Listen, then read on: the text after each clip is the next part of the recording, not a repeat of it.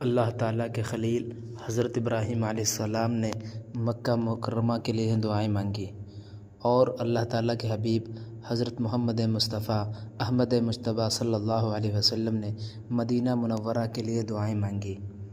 اللہ تعالیٰ نے اپنے خلیل کی دعاؤں کو بھی قبول فرمایا، اپنے حبیب کی دعاؤں کو بھی قبولیت سے نوازا، اور یوں مکہ مکرمہ مدینہ منورہ روئے زمین کے سب سے افضل شہر بن گئے۔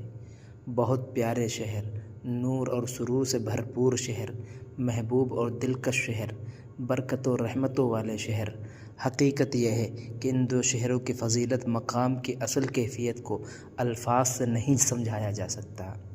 اللہ تعالیٰ مجھے بھی لے جائے، آپ سب کو بھی لے جائے، ایمان، محبت، ادب کے ساتھ ان شہروں کی مقبول حاضری نصیب فرما۔ پھر پتہ چلے گا کہ نور کے یہ سمندر کتنے پرکیف ہیں۔ اللہ اکبر۔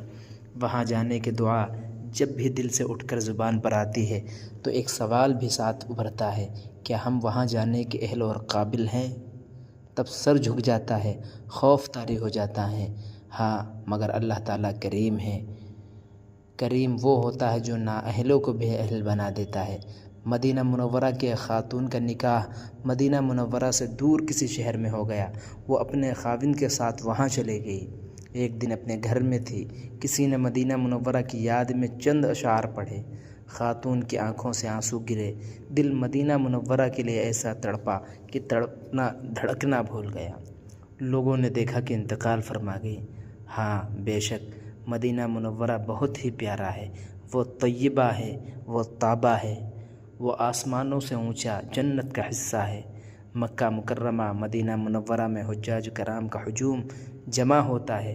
مشرق، مغرب، شمال، جنوب کے مسلمان، کالے، گورے، سانولے، ہر رنگ کے مکہ مکرمہ اور مدینہ منورہ پہنچ جاتے ہیں۔ حجاج کرام کی تعداد 50 لاکھ تک پہنچ جاتی ہے، مگر یہ دونوں شہر پوری محبت اور فیاضی کے ساتھ اللہ تعالیٰ کے مہمانوں کا استقبال کرتے ہیں۔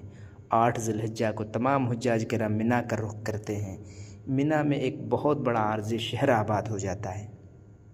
حضرت ابراہیم علیہ السلام نے یہاں اپنے بیٹے کی گردن پر چھری چلائی تھی، شیطان کو کنکریاں ماری تھی۔ تمام حجاج کرام اخلاص والے ان اعمال کی نقل اتارتے ہیں۔ 9 ذی الحجہ کے دن میدان عرفات میں حج کا سب سے بڑا فرض ادا ہوتا ہے۔ کفن جیسا لباس پہنے ننگے سر مسلمان کھلے آسمان کے نیچے کھڑے ہو کر اپنے رب کو پکارتے ہیں، یا اللہ، یا اللہ۔ آنسوؤں کے دریا، مغفرتوں کے سمندر ساتھ بہتے ہیں، اور پھر مزدلفہ کی طرف واپسی ہوتی ہے۔ جی ہاں، مزدلفہ کی وادی میں ایک خوبصورت اور یادگار رات کا قیام، صبح وہاں کچھ دیر کا وقوف، پھر منا سے واپسی، حلق جمرات، پھر کعبۃ اللہ کے گرد طواف، زیارت۔ الغرض مکہ مکرمہ مدینہ منورہ جانے والی سڑکوں پر حجاج کرام کے لمبے لمبے قافلے ہوتے ہیں۔ کئی ممالک کے حجاج کرام گاڑیوں پر آتے ہیں، آس پاس کے لوگ پیدل سفر کرتے ہیں۔ پراکندہ بال، غبار آلود چہرے، بہتے آنسو، دنیاوی تمنوں سے پاک دل۔ ہر تمنا دل سے رخصت ہو گئی، ہر تمنا دل سے رخصت ہو گئی، اب تو آجا، اب تو خلوت ہو گئی۔ وہ کون سی طاقت ہے جو اب تک مسلمانوں کے خلاف استعمال نہیں ہوئی؟ مگر مسلمان الحمدللہ ختم نہیں ہوئے۔ حجاج کے قافلے چیخ چیخ کر بتاتے ہیں کہ ہم اللہ کے سوا کسی کو اپنا معبود، اللہ اور رب نہیں مانتے۔ وہ کون سے سازش ہے جو اسلام کے خلاف نہیں ہوئی، مگر آج بھی الحمدللہ ہمارا قبلہ ایک ہے، ہماری کتاب ایک ہے، ہمارے رسول ایک ہیں۔ ہم مسلمان کمزور سہی، مگر اب تک ہم نے اصولوں پر سمجھوتا نہیں کیا، نہ ہی کسی میدان میں سر جھکایا۔ اے مکہ مکرمہ جانے والوں، کعبہ شریف کو ہمارا سلام کہہ دینا، بتانا کہ ہم نماز میں آپ ہی کو قبلہ بناتے ہیں، جیسا کہ ہمارے رب نے ہمیں حکم دیا ہے۔ ہماری آنکھیں آپ کی زیارت کے لیے ترستی ہیں، یاد میں چھلکتی ہیں۔ اللہ تعالیٰ آپ کی عزت و شرافت کو اور بڑھائے، آپ کی عزت کو اور اونچا کرے۔ آپ کے ایک کونے میں حجر اسود شریف ہے، معلوم نہیں ہمارے ہونٹوں کا اس کا بوسہ کب نصیب ہوگا۔ اللہ اکبر، وہ کتنا پیارا تحفہ ہے۔ ایک پتھر ہے مگر جنت سے لایا گیا۔ جی ہاں، ایک پتھر مگر توحید کی دعوت دیتا ہے۔ تمام انبیاء علیہ السلام نے اس کو چوما ہے۔ سبحان اللہ و بحمدہ۔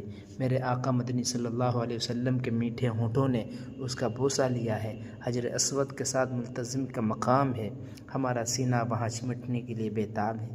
اللہ اکبر، اسے سینے سے لگانے کا تو عجیب لطف ہے۔ اے کعبہ، آپ کی ہر چیز یاد آتی ہے، ہر بات یاد آتی ہے، کیسے یاد نہ آئے جبکہ قرآن پاک میں اللہ نے آپ کا تذکرہ کیا ہے، آپ کو تمام جہان والوں کے لیے ہدایت کا مرکز بنایا ہے، آپ میں کھلی کھلی نشانیاں ہیں، مقام ابراہیم بھی آپ کے سامنے ہے۔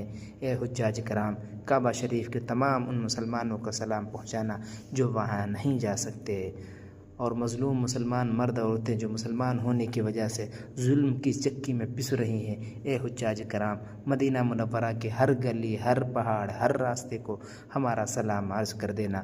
روضہ اقدس پر بہت سا سلام عرض کرنا، بہت سلام نہایت ادب سے عرض کرنا۔